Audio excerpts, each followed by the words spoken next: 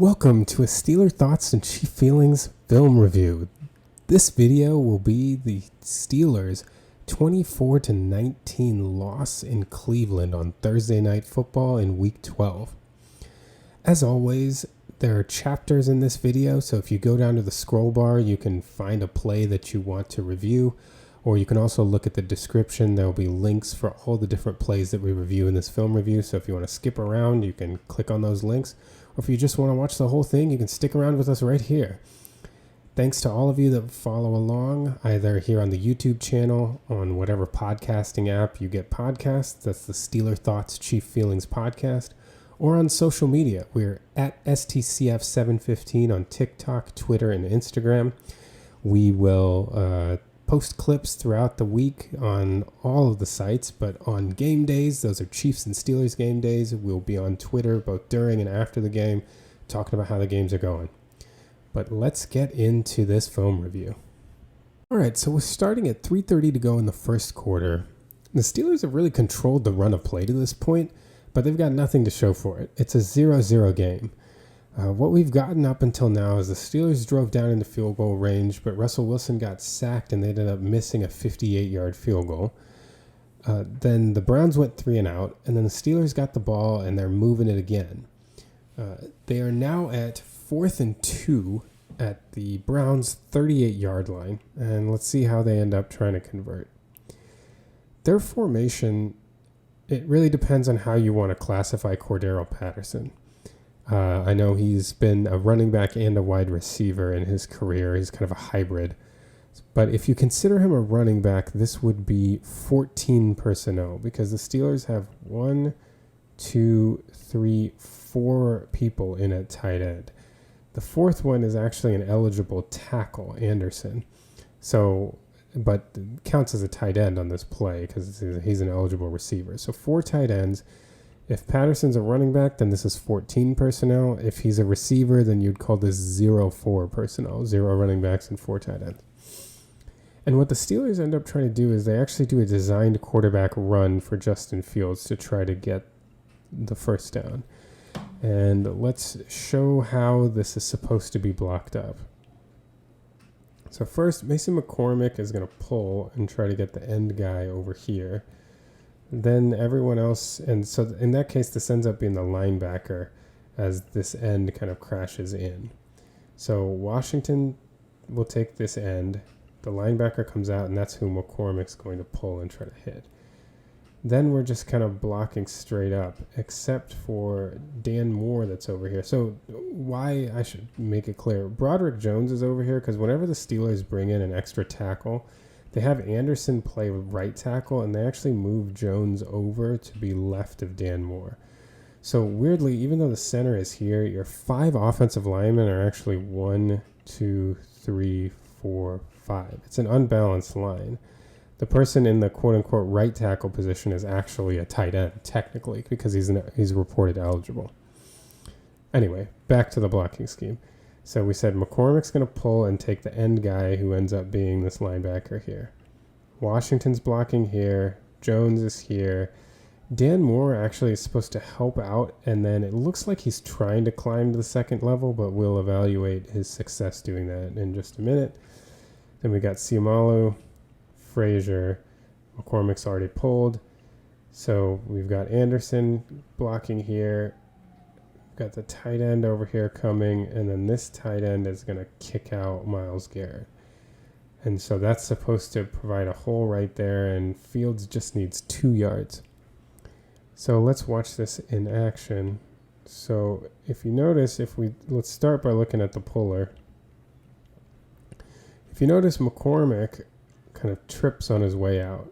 And the reason why is because Zach Frazier gets absolutely blown off the ball by his assignment, which is a problem because if you see Justin Fields as he comes here, that's exactly where he's supposed to go. This run is created that he go right into that hole. So you're having block, he's trying to find someone. So actually, yeah, we can go back just a second. So the right tackle hit his block, and the tight end was going to come block him. But the right tackle, if you notice, did such a good job on his block. He popped him down in. He actually got the tight end guys too. So gets him right here, and then he's able to pop him and then come over and get him too. So the tight end has to go looking for work because his man actually ended up getting blocked. It does look like, if you watch Dan Moore right here, it looks like he was supposed to be able to get through and maybe help out somewhere, find work over there. But he gets kind of stuck in the rush right here, and he's not able to squeeze through and get to the second level. Now on this side, so this part ends up going very well, right? He comes, blocks him, gets over here. He's coming and looking for work. He comes and kicks out Myles Garrett. So up till that point on that right side, everything went well. You see the block on Garrett here. The problem is Zach Frazier and to a smaller extent Siumalu are sitting in the hole. This is where Fields is supposed to go. So for the people that are saying like, oh my God, the Steelers have all these stupid play calls. I mean, this play call was fine. I think everything was drawn up nicely. It was just that the two interior guys that we were relying on here, Frazier and to a lesser extent Siumalu, weren't able to hold their blocks and create the push. In fact, Frazier just got straight up blown back into the backfield, and so Fields has to adjust on the fly, and instead of having a hole to run through, he has to bow this out to the outside, which is not ideal in a situation where you're just trying to get 2 yards. He wants to get upfield as fast as he can. And Hayward tries to help out and see if he can swing around and get this guy because Fields is going to a place that nobody was anticipating him going because that's not where it's blocked up for. But he has no hole to go to. So he's just trying to do anything he can to get a first down, and he has no chance. But the issue really here is if Zach Frazier doesn't get just straight up blown off the ball here, this play looks like it might have worked. Because the rest of the kind of three that were handling this outside seemed to handle it actually really well. But unfortunately, Frazier got blown off, and Siumalu getting like pushed back a little bit didn't help. There was just no room in there for Fields to go anywhere. He's got nothing. So he ended up having to swing out to the outside, and the Steelers have to turn the ball over on downs. So we can see it again from this view. This might make it a little easier to see the blocking assignments. So let's go over it one more time from the end zone view. You're going to have McCormick come out and try to block the end guy, right, as he pulls. So Washington is getting this end here. It's Hicks that McCormick is going to end up trying to get, number 58. Washington's going to block him. Jones is here. Moore is trying to help and then get through, but he's not able to get through. Siumalu here. Frazier here. He's gone to pull. And then this is where you're going to get help in block here, and he actually ends up also coming to the second level and blocking. See there, 1-2 like that. And the tight end is going to come. I think he thought he was going to block here, but he's going and looking for work. And then Hayward over here kicks out Garrett. So if we see it all in motion, like everybody did all right kind of coming down. Like this area was cleared, right? This was cleared for a hole. The problem was that 90 gets walked right back into where Fields is trying to go and where they were trying to clear out a hole. And so when Fields comes up, he's got 90 looking at him right here. There's no hole for him to run through. And, you know, they did kind of kick out Garrett here, right here. Siumalu is doing enough, but this area was supposed to be vacated. But 90 walks Frazier right back into it. So right at the snap, Frazier, he's not able to get any forward movement. Instead, he gets moved back into the hole. And Fields has nowhere to go and ends up having to bow it outside and gets tackled for a loss. Now jump ahead to 13:35 to go in the second quarter. It's still a scoreless game. We're at 0-0. And the Steelers have a 3rd and 9 at their own 27-yard line. This is their third drive of the game. The Browns have gone 3 and out both times they've had the ball.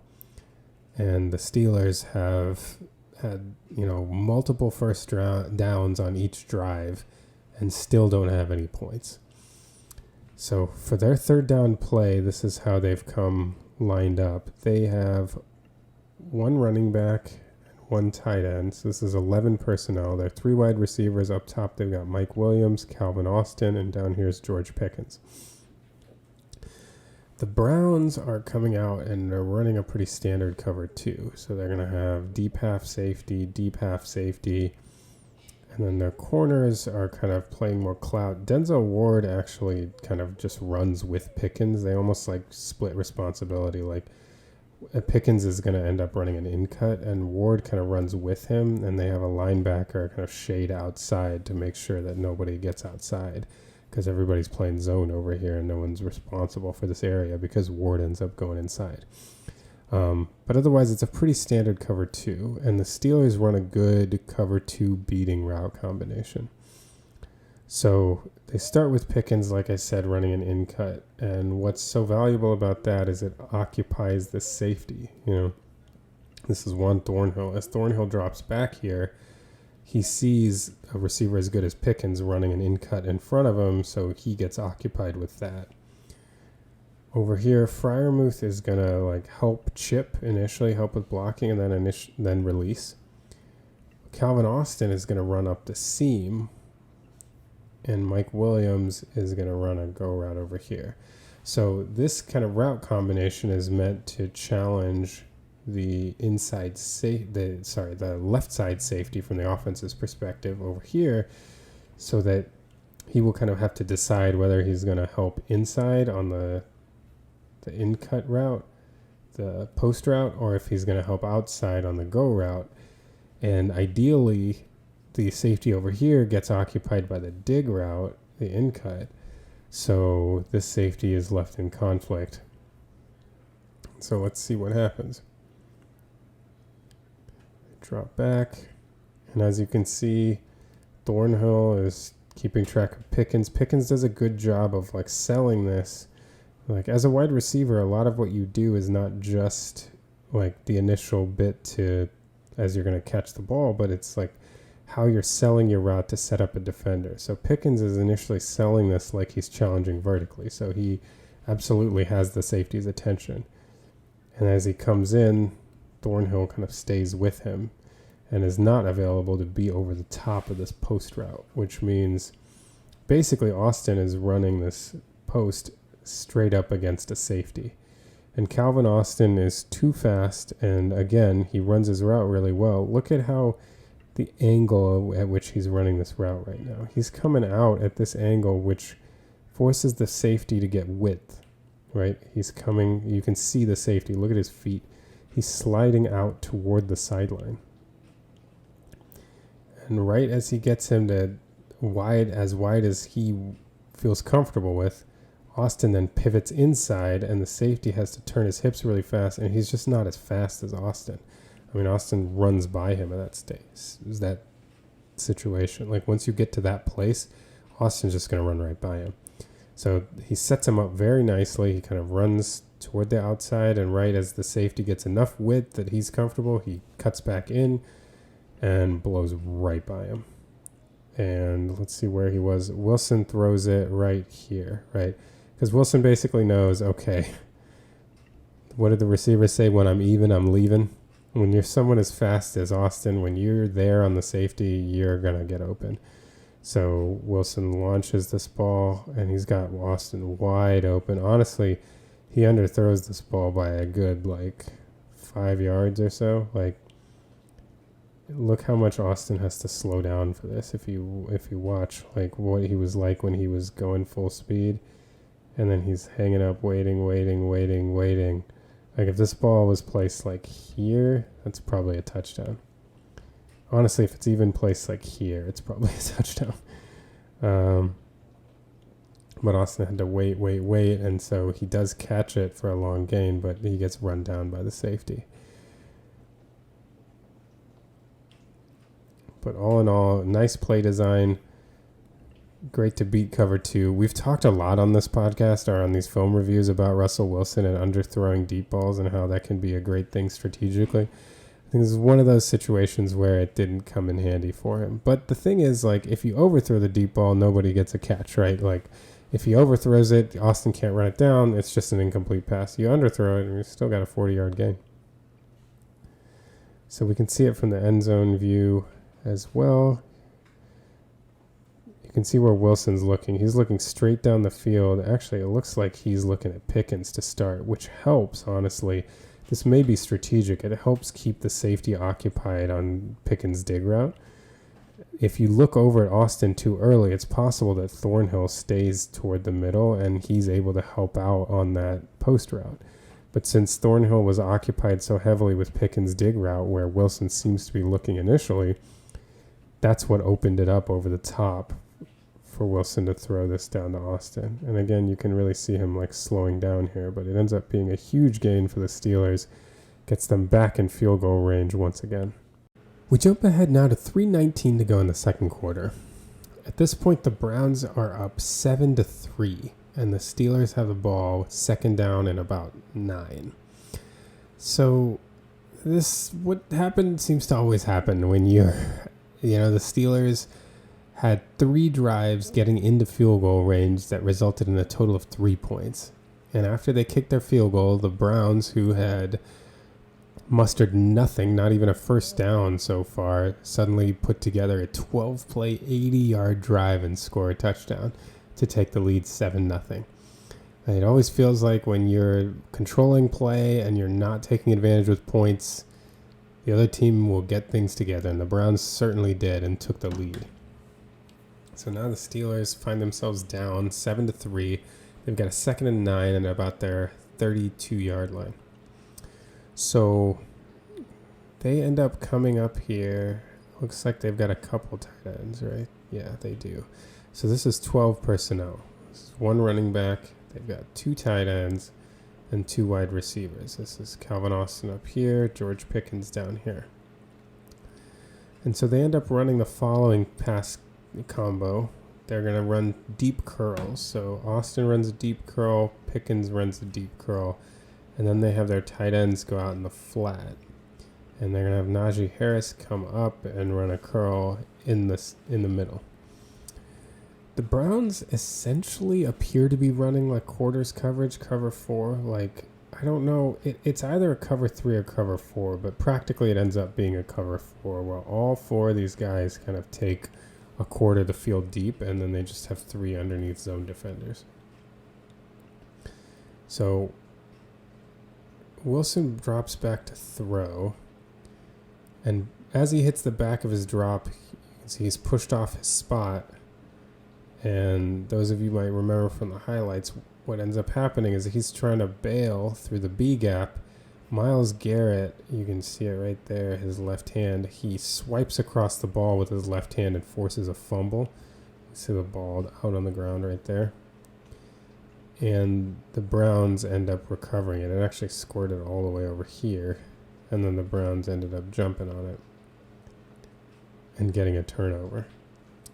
But let's kind of look at this play, because I think we talk a lot about Myles Garrett and what a crazy play this was, and it was. But this play didn't happen because, I guess I shouldn't say that. Myles Garrett didn't start this play. Myles Garrett, with an incredible play, finished it. But what really started it was the defensive tackle here on Isaac Seumalo.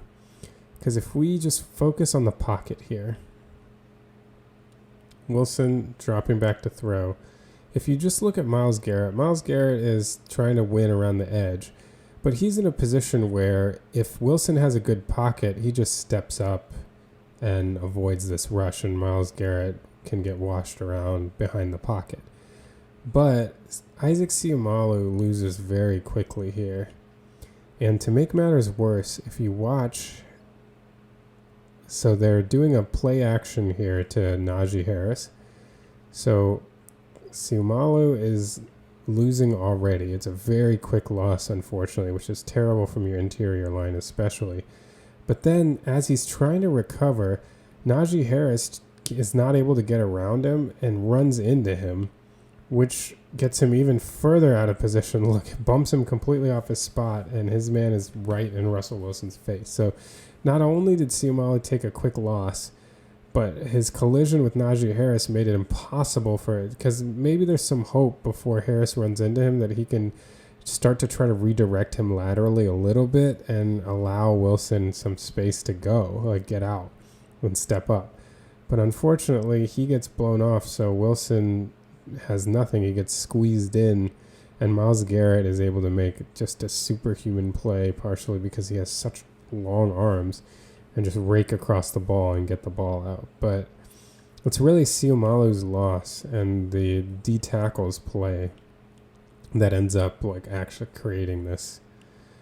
And it's unfortunate because if you look here, the Steelers have guys open. Pickens is open sitting in the zone. Austin's sitting in the zone. So if Wilson had been able to step up in this pocket away from the rush, he would have had a throw for a first down. I think particularly Austin is funny to watch because if you watch, this is the safety he had beat on the post route we just did before. Watch the safety's reaction. As he sees Austin coming in, Austin ends up in his blind spot. Just watch the safety from this point. He just starts booking it back. He's not getting beat over the top again. So he ends up all the way back here trying to make sure that Calvin Austin doesn't beat him deep again. But yeah, they were open here. You know, Pickens and Austin were both open, but Wilson had no chance there. Siumalo getting beat so fast ended up causing the pocket to collapse. He tried to make something happen, but Myles Garrett was the one that made something happen with just an incredible play.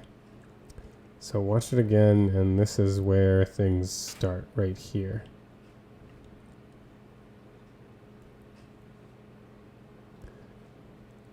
Siumalo gets beat inside, and then see he's trying to recover here. He's trying to figure out how to redirect. If he's able to redirect him a little more laterally, Wilson has more room to step up and doesn't come anywhere near Myles Garrett. But watch Najee Harris as he's coming through his play action fake, trying to get around, and he bumps Siumalo completely off, and Wilson's got to go. And look, this is not an easy play that Garrett made with his left arm to get this ball. Like, this is, that's really high level. Like, that's tough to do anything about. Like, sometimes great players just make really great plays. That forced a fumble. And this was probably the first time in the game now nearing the end of the second quarter that you're like, the Steelers might be in for one here. The Steelers were controlling the run of play early on. And now the Browns up 7-3, and they have the ball pretty much in field goal range already. And you're suddenly like, well, if the Steelers might be in for an actual game here tonight. Part of the reason why it felt like the Steelers were in for a game, too, was that the Browns were getting the ball to start the second half. So what ended up happening, the Browns, after getting that fumble recovery, kicked a field goal and went into half up 10-3. Now, here we are with 13:53 to go in the third quarter, the first drive of the second half. And the Browns are moving the ball at their own 44-yard line. Here, the Browns come out in 12 personnel. They've got one running back, Nick Chubb, and their two tight ends are right here. And they've got two wide receivers. So they're going to send Njoku over in motion. So their route combination is going to be as follows. They're going to send their slot receiver right down the middle of the field. Tillman over here is going to run an in-cut. And then they're going to have Njoku. So the tight end over here is going to come up the field, and Njoku is just going to come and widen. And the Steelers kind of do their standard cover 3. So their 3 are 1, 2, 3 going back. So as you see the route combination develop, I want you to look down here at Tillman. So Tillman has Donte Jackson on him, and at about the 10-yard mark, Donte Jackson kind of tries to engage and Tillman does a good job of mirroring the physicality, and Jackson loses his balance. I think this is a good no call. I don't think there's... I mean, this just seems like kind of the player at the top of his stem being engaged by the defender physically and returning the physicality. I don't see any interference here. I think Jackson really initiated the contact and ended up falling over himself. But I'm glad. I don't think this is an offensive pass interference by any means. If anything, like maybe illegal contact, but I don't know if it's like so clear that Jackson just like ran into him. I don't know. You kind of see this level of contact down the field a lot, so they didn't call it, and Tillman ended up popping wide open, obviously. And the underneath guys, so Beanie Bishop ended up running with the guy down the slot. So you would think then that kind of the corresponding move would either be, well, it would be someone like Minka, who was the middle safety, like coming down, because now you don't really have anyone underneath because Beanie Bishop went up, and they never really had that like extra robber defender as Joey Porter. So what often happens in your cover three is you'll have this end guy go back, him go back, and then one of these two go back, and the other one kind of sits as like the middle defender. But they ended up running a cover three with their safeties, like this, and then one corner. So Joey Porter ended up sticking over here. Beanie Bishop ran with him, so they don't really have anyone underneath whatsoever. And when Jackson falls down, Tillman ends up coming over to the middle, and then Deshaun Elliott puts a nice hit on him right here and actually pops the ball out. It's a great hit. It looks like his shoulder or his helmet went right to the ball, and he ends up popping the ball right out for a fumble, and it's recovered by Donte Jackson here. So Steelers got a much needed turnover in this situation to avoid going down 2 possessions at this point. I want you to watch Donte Jackson, because he actually had a pretty funny play if you look at it in its entirety. So he comes back, he's pressing. You know, now that I look at it, you know, I identified this coverage wrong because of how they normally play coverage. This is my mistake. This actually isn't a cover 3. This is the Steelers running cover 2 man, which is why Donte Jackson's playing so aggressively and why Beanie Bishop is manned up. So they actually just have their 2 safeties playing halves, and everybody else is manned up. So he's got a tight end, he's got a running back, and he's got that outside tight end. That makes a lot more sense than why someone wasn't in the middle, and why Beanie Bishop is pell-mell running after the guy going down the slot. This is just cover 2 man, which one big vulnerability in cover 2 man is the middle of the field. And they had an in-cut route, and the Donte Jackson fell down. So my apologies for the coverage misidentification earlier in the video. But anyway, if we watch Jackson, you know, he comes, he tries to engage, he loses balance and falls over, right? Then he gets up, and look at him turn right here. He's looking over at the ref trying to see if he throws a flag. Like, are you going to throw a flag on that? No? Okay. And then he keeps running, and then right when he turns around, the ball comes flying right toward him. Like, what an odd sequence of events. It's like, come, try to be physical, but get out physical, fall down, get up, turn and look at the ref. Hey, flag? No? Okay. Turn back around, and within a second or two, ball pops out. Oh, I got the football. But the Steelers got a much needed turnover.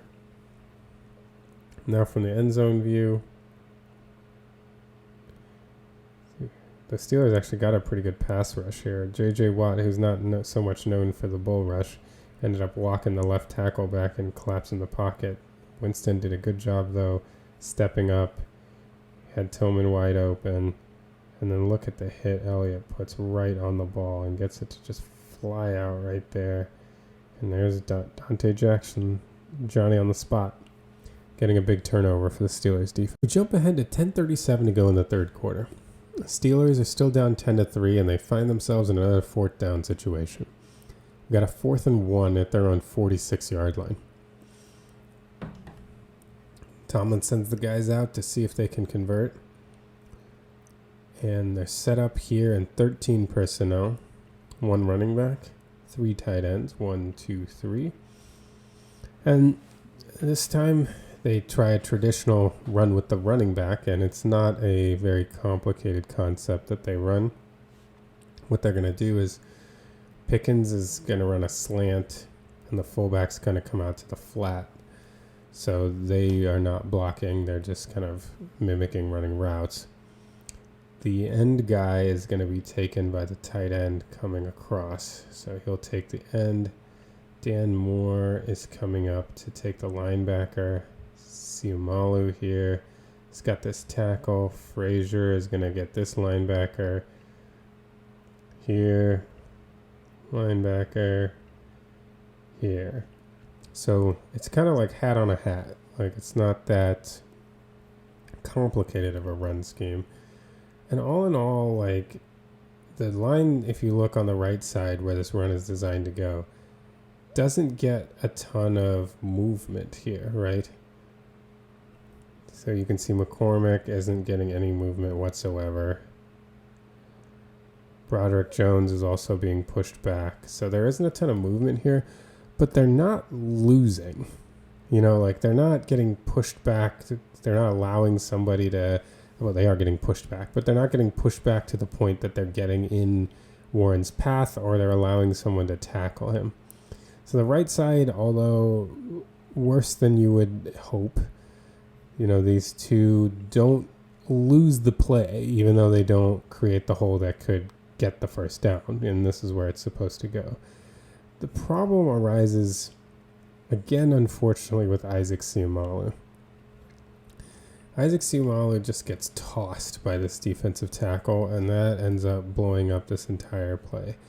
And, you know, an honorary mention is Dan Moore whiffing on his block on, I think this is Jordan Hicks, the linebacker, because he's not able to block him. So it's those two, this defensive tackle right here and Jordan Hicks, that end up being like the free guys that can make the play. And I would argue if it was just Dan Moore that missed this block, there's still some hope that Jaylen Warren could have got the first down.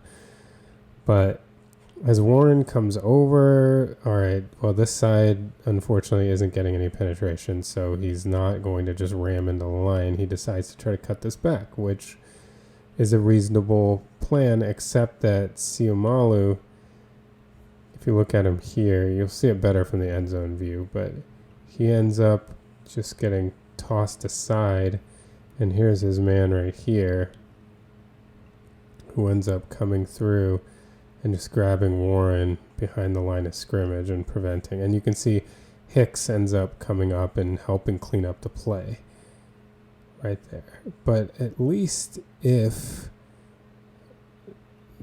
Siumalu had made this block, then there's a chance that Warren can try to like bounce this way outside, do something to try to get this first down, right?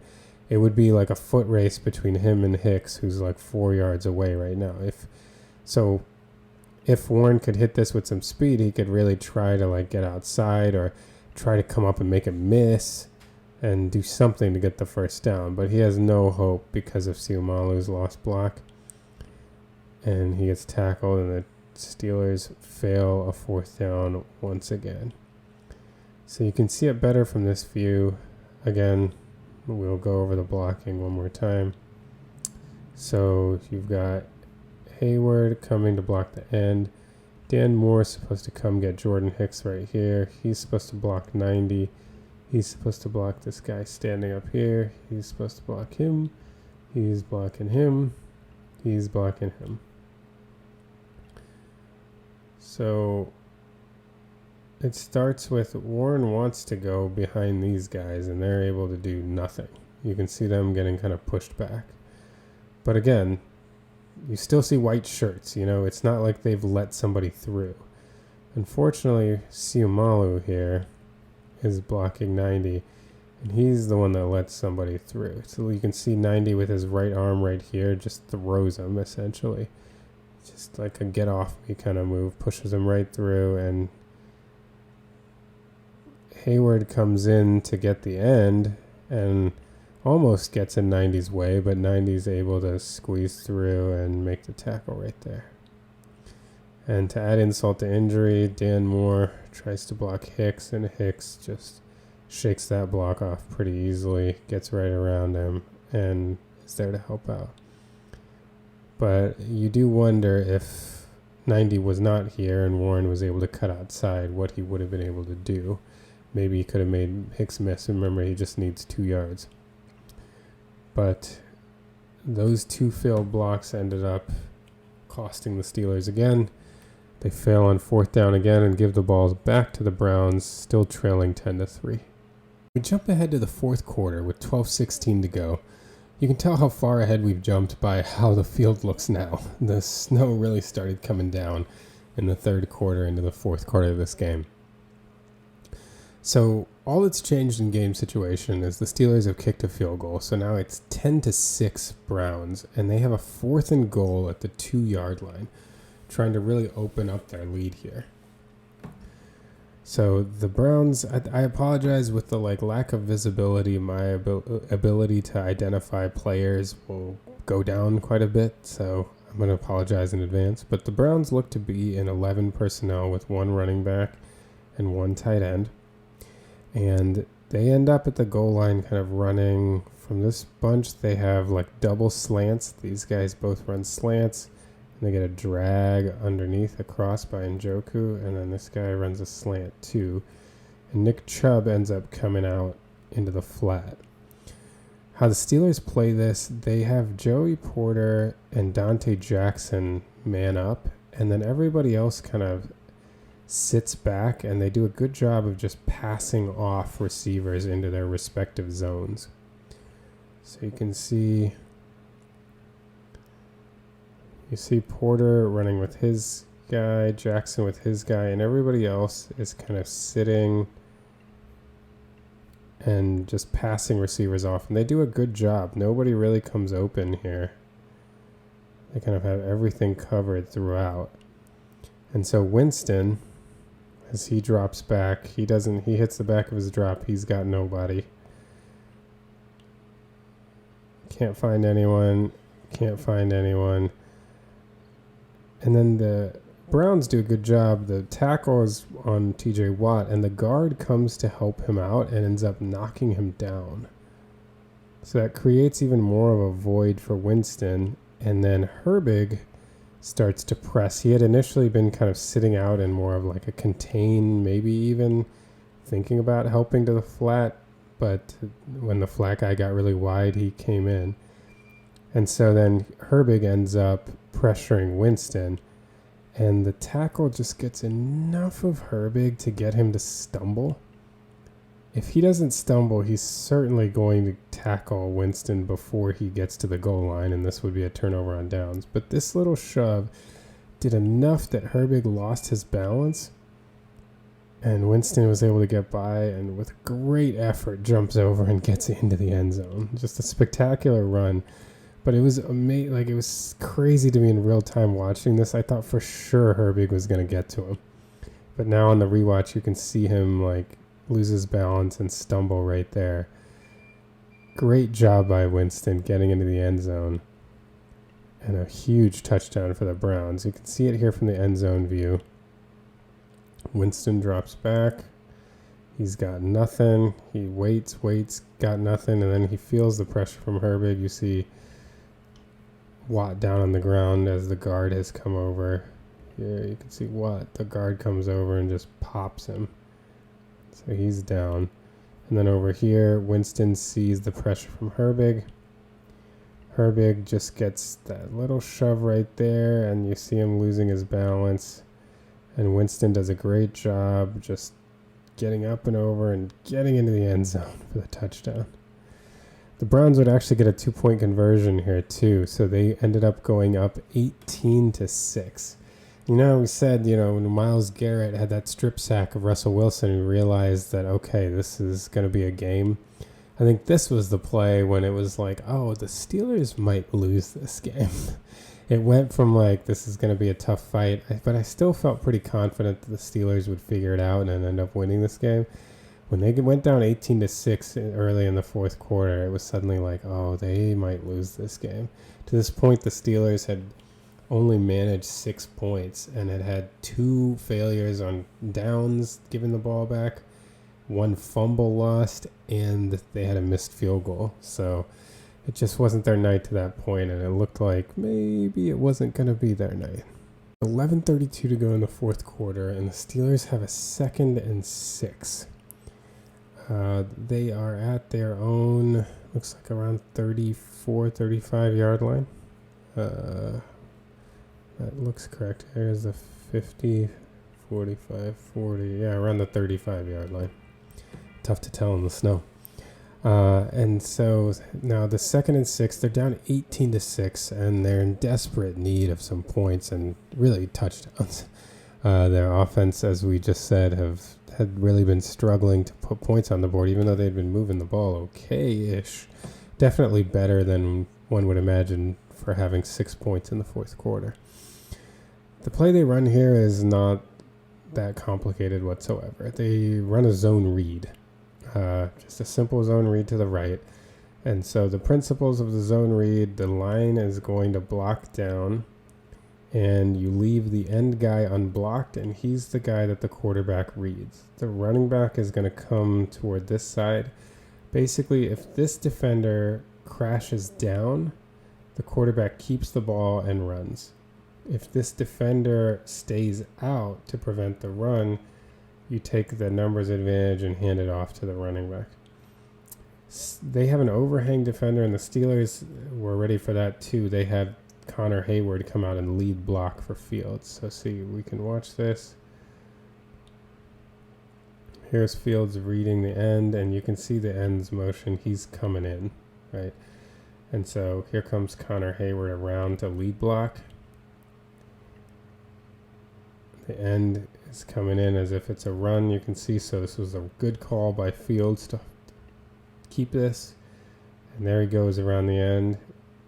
And Connor Hayward does a great job. He actually blocks one guy into another. So he essentially blocks 2.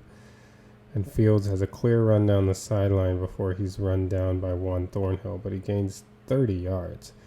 It's a big play to jumpstart the Steelers. Again, here's the zone read. He has the option to do either. He's just looking at this man right here. And you can see him coming in. So Fields holds it and goes, and look at this block from Hayward, getting 2 and for 1. You wonder if it wasn't snowy, if Fields is able to kind of cut this a little more cleanly, and he might have gone all the way. But he takes enough of like a clumsy cut because of the footing probably that Thornhill is able to run him down. He gets a good angle. It's a while before Fields is actually going north-south full speed. But a huge play to kickstart the Steelers offense, gain of 30. We jump ahead further to 7:10 to go in the fourth quarter. The game is now 18-13. The Steelers have scored that elusive touchdown. On their last drive, they came down the field and scored and made it a 5-point game. The Browns are now responding, and they have a 2nd and 9 at their own 25-yard line. As you can see, the visibility is even poorer now. So just because of the nature of this play, I'm not going to try to go into all the detail that isn't important because it's just so hard to identify players anyway. What you really care about here is the end right here, Nick Herbig, and his counterpart, the left tackle. Because the Browns are running a pass play here, and Herbig gets a good jump, and the tackle doesn't set deep enough to counter this jump, and so Herbig just gets around the edge immediately. He beats him. It's a very quick win, and he's coming to Jameis's blind side, and Jameis has no idea he's coming, and he lays a huge hit on Jameis Winston here, and ends up forcing a fumble that is recovered by the Steelers. I don't know if you can see the ball down here. It's about to be picked up right there. The Steelers corral it and get a big turnover, and suddenly things were really swinging back toward Pittsburgh.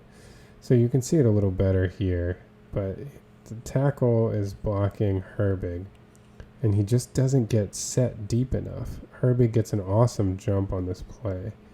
Right at the snap he's going, and the tackle just doesn't set deep enough. He tries to come out laterally, but doesn't get enough depth, and Herbig is right around him. And since it's Winston's blind side, Winston literally has only had time. He did a play action, so he's looked at his first read, he's coming to his second read, and he gets nailed. No chance. You can see the ball here on the ground. And the Steelers recover and get a big turnover, and they're suddenly in a position to try to regain some semblance of control in this game, because it had been looking bleak before that last touchdown drive. They were down 18-6.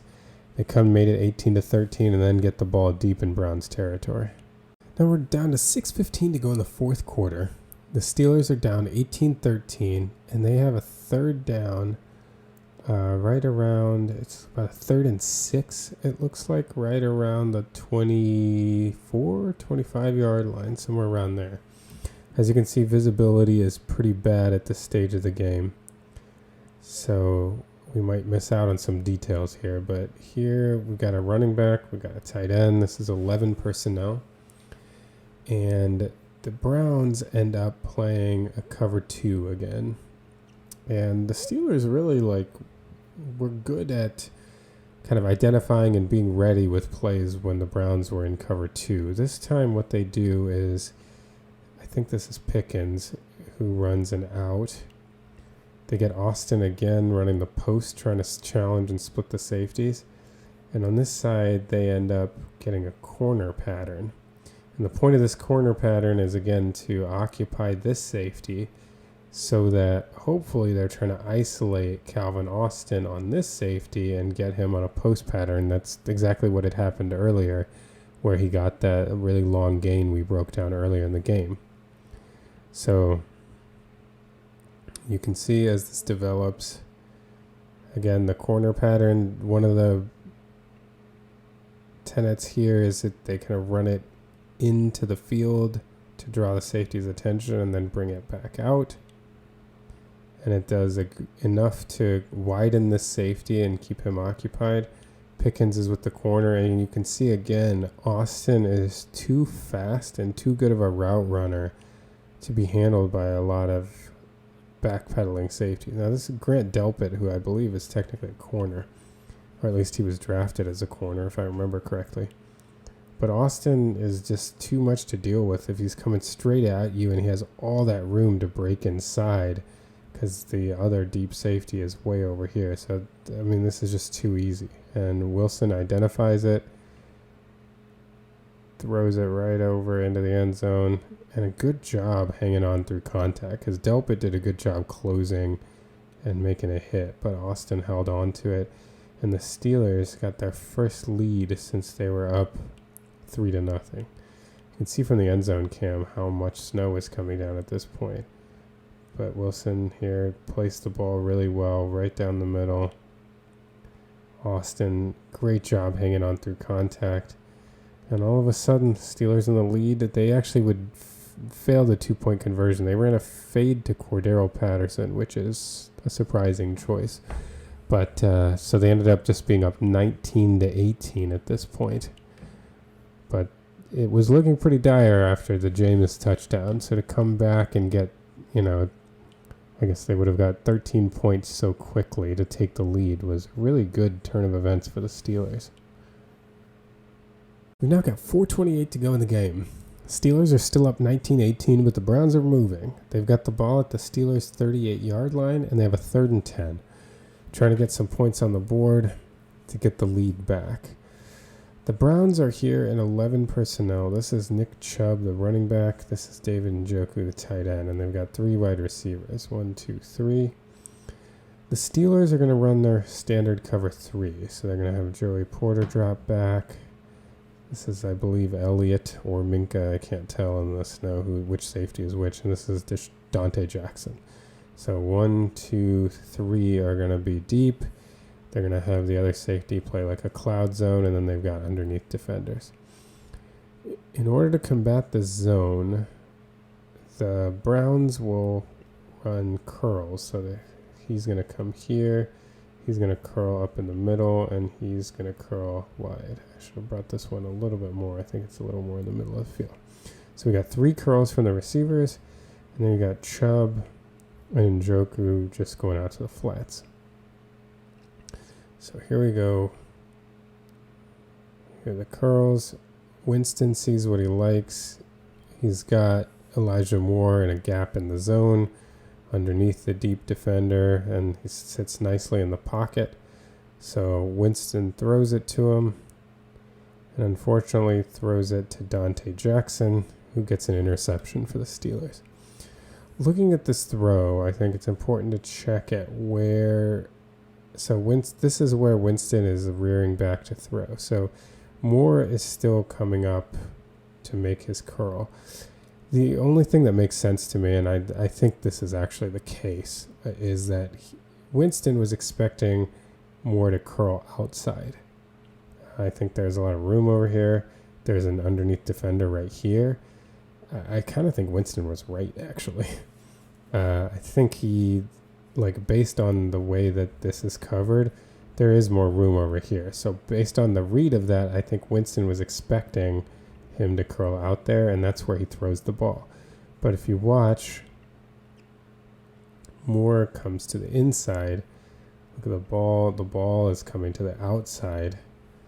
And so that's why I don't think this was an inaccurate throw because of the elements or anything. I think this was Winston reading the lack of coverage on the outside and expecting the curl to come here. The curl instead came here. So when he throws it there, it looks like he just missed with the throw and threw it to Jackson. But I think they just weren't on the same page here. And the Steelers get an interception. Let's see if we can see anything more from the end zone view. Here's Winston dropping back. So we can't see the curl from Elijah Moore, but you can see how this throw, it's not like it's an overthrow, even though it goes to the deep defender. It's a wide throw. I think that Moore just took it in. Winston thought he was going to take it out, and unfortunately for them, the throw went right to Donte Jackson, and the Steelers got a big turnover. So now the Steelers are up 19-18 with about 4:22 to go in the game, and they've got the ball. Well, the Steelers weren't able to run much clock before giving the ball back to the Browns. And so the Browns now, we're at the 2-minute warning. And the Browns have a 3rd and 2 at the Steelers' 25-yard line, still down 19-18. So what the Browns do here is they actually come out in a heavy set. So they've got 2 tight ends here. And they also have a 3rd tackle in. So it really counts as a 3 tight end set because your 5 offensive linemen are 1, 2, 3, 4, 5. This is an eligible receiver even though he's a tackle. So these are 3 tight ends technically. So this is 1 running back, 3 tight ends, 13 personnel, and you got 1 wide receiver. And so they end up running a shot play out of this heavy set, thinking that they will run play action, get the Steelers to think that they're running the ball. And what they do is they send their receivers on deep crossers. And then they send Njoku and Chubb just out to the flats. Well, the Steelers come in with a blitz.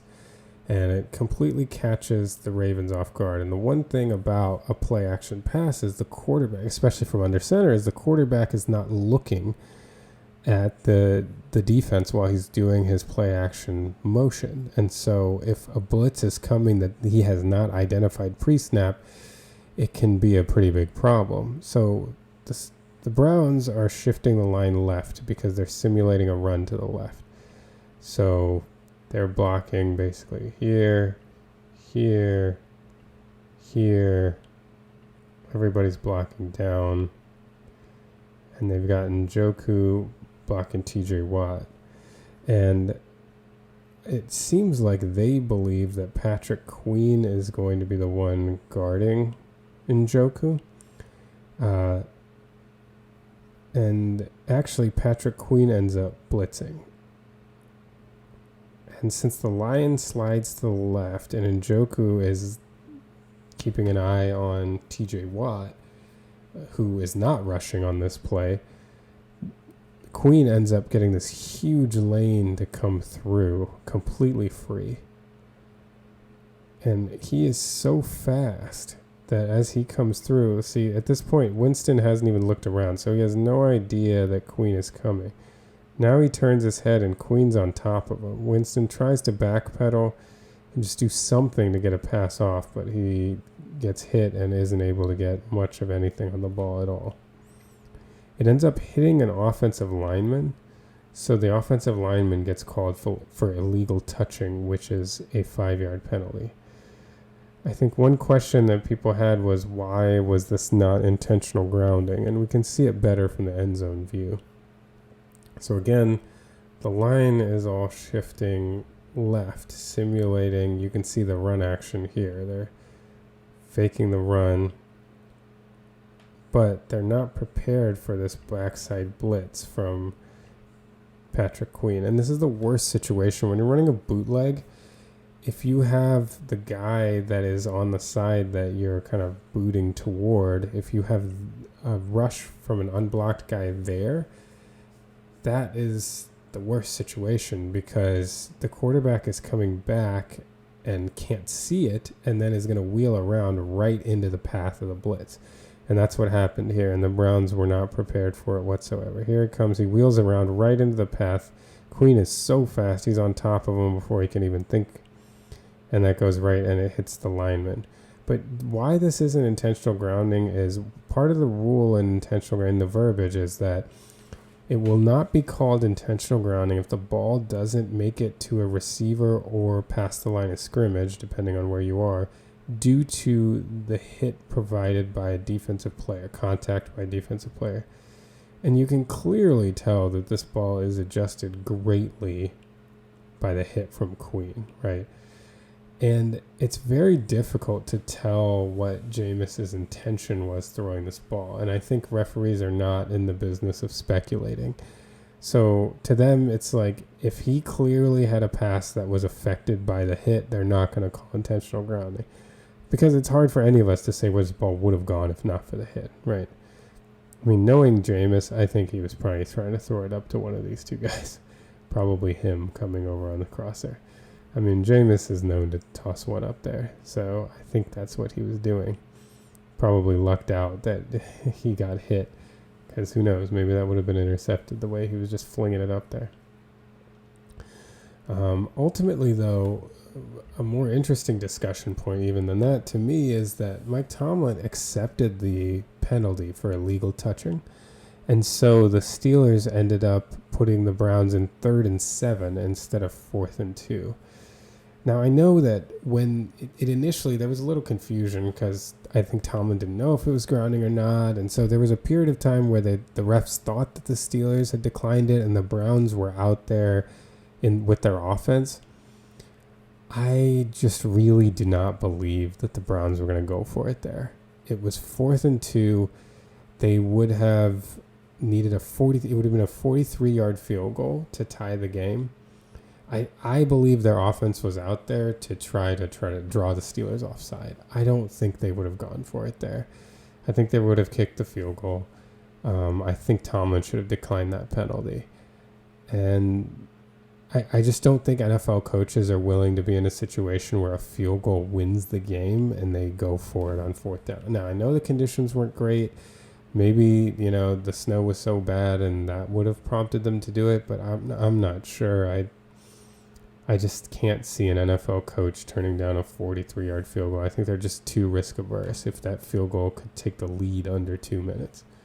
So I really feel like Tomlin might have outsmarted himself by taking this penalty and giving them a 3rd down here, a situation where they would definitely run an offensive play. So they ended up putting them in 3rd and 7 now because of the acceptance of the penalty.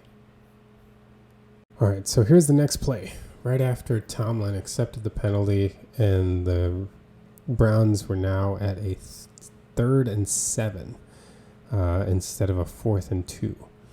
And so what they ended up running here is, well, first of all, the Steelers ended up playing cover 2 man. You can see they're like aligned here in man. So they've got man and then 2 deep safeties. Minka ends up kind of playing this a little bit closer down, like almost like he's an underneath like robber, but I think he's just playing aggressively because he knows it's 3rd and 7. But really it's just 2 safeties back, and it's man coverage underneath. And the Browns ran a good play against man. What they ended up doing is they ended up running like kind of over routes on 3 levels. And then this one actually ends up being like an underneath dig. So you got an over route, and then a dig. So you like going across the field when you've got man coverage. You get defenders to have to chase you across the field rather than just vertically. And then they've got Chubb comes over and Joku comes over too. So in the elements, you're trying to make these defenders run in their man coverage, and you're trying to hit different levels. Sorry, this route is not so much of an over as a dig right there. And you kind of make these safeties have multiple routes coming across and them having to decide what to cover. So here they come, and so this is Jeudy running the underneath. And he runs it right in front of Minka. And if you notice, he gets an awesome release off the line and just beats Joey Porter almost immediately. Like, right as he goes, like, he's won this route, right? And it's a tough spot for Joey Porter. He's normally a boundary corner. And so when you're playing out on the boundary, the sideline is your friend, right? You can afford a little more to lose to the outside because you can try to push your guy toward the sideline. So you're really more worried about being beaten badly inside on a crosser or something than you are beating like terribly outside unless someone gets an inside step. There's just a lot less that can happen in one direction. Well, when you're out here in the slot, you could be beaten badly in either direction. So this is, that's why you have like more nimble guys play your slot corner. You really could get beaten either way. And Porter's not used to that. He's a boundary corner. And Jeudy is a good route runner. So it's a bad combination for him, a tough spot to be in. He gets beaten immediately. But I'd also have to be kind of critical of Minka Fitzpatrick here on this play. I think this is Minka. It's hard to tell in the snow here. I think that's Minka. But because as the safety on this side, you've got to do something. Like, either he should be driving on this route as he can see it. It's in front of him, so he can see his corners beat. Or he should be getting more depth to prevent this route that's also coming in his area. But he just kind of like sits in no man's land and affects nothing. Like, at the point where Winston makes this throw, Minka's doing nothing to prevent that throw. He's doing nothing to prevent that throw. He's just like there. I don't know. He like sat on the underneath route and didn't go. I don't know what he was looking at. Like right now, what is he looking at? Was he looking at this underneath route? Because at this point, like if you see Jeudy streaking across here and Porter's getting beat, the only reason not to drive down on that route is if you're worried about another route, in which case you should be getting depth for that route. But just sitting here and doing nothing, I don't really understand what was going on here. Like, he essentially is guarding nobody and affecting nothing, and he gets beat too, and Jeudy gets the first down. I really don't know. I don't know what Minka was doing there. I don't know. Maybe someone who knows more can explain this to me, but I'm very confused on this play as to what Minka Fitzpatrick was doing. Because right here he has the opportunity to help Joey Porter out, drive down on this route, and at least then force Winston to throw this ball. But he doesn't commit to either of those routes, and both of them would have been open. He hits Jeudy right there for a first down, and ultimately the Browns would score a touchdown, which would prove to be the game-winning touchdown. Okay, so it is Minka. We can see him right here. Let's try to see what he was looking at. See, like, this is a win already. Like, a lot of times safeties in this position, when you see a route getting beaten, especially he's already like kind of up close more than just dropping back. So he's understanding the magnitude, right? This is a third down. I want to come down. Like, here's a route that could be thrown. Drive on it. Like, he's right there. What is he looking at? It's almost like he's looking at, what are you waiting for? Like, he reacts so late that he has no chance to affect this throw. Like, if he starts running with this route, like if he starts driving on that route, then at least he could do something, but he does nothing. And I don't understand. Like, the corner gets beaten, the safety's not there to help him. And the penalty that came after this is also really interesting, because it's hard to tell whether did Joey Porter touch him or not. I would hope he would. You'd think it's like second nature for these corners to touch someone when they're down. But I think part of the reason Beanie Bishop came up and hit this ball was because he wasn't sure that Jeudy had ever been touched. But Beanie Bishop ended up getting a penalty for that. But I think that's what he did. He was basically like, wait, did anybody touch you? Are you actually down? And who knows? I mean, if the refs blew the play dead, then you shouldn't knock the ball out anyway. But I think that's what was going on. I don't think he was just trying to be a jerk and knock the ball out. Anyway, this ended up with the Browns scoring a touchdown and ultimately winning the game. The only other kind of gripe I have with this was, I think Tomlin saved his last timeout instead of stopping the clock on third down and he let 40 more seconds run off the clock for when the Steelers got the ball. And my kind of gripe with that is that I understand the idea of like wanting to have a timeout in your pocket so that if you throw in the middle of the field, you can call a timeout. But the worst case scenario for you, if you don't have a timeout, is that you lose 40 seconds. And that's what happened because he didn't call a timeout when the Browns had the ball and they were allowed to run off 40 seconds. Like, at least on offense, you can try to mitigate that. So maybe you only lose 25 because you didn't have the timeout rather than lose the whole 40. So that didn't make sense to me from Tomlin to hold on to his timeout. Like, I feel like you got to use that timeout on defense. Get your offense the ball with as much time as you possibly can have, because at least you have some control. You can hurry, you can spike the ball, you can try to do something to save time. So that was a decision that I didn't really agree with either. But anyway, the Steelers ended up losing 24-19. Thanks all of you that followed along and watched this film review, and for those of you who follow us on the podcasting apps at the Steelers Thoughts Chief Feelings Podcast, or on Twitter, TikTok, or Instagram at STCF715. We will have a review of the Chiefs-Panthers game coming maybe Monday night, Tuesday morning is the goal. So enjoy the games this weekend, and until next time.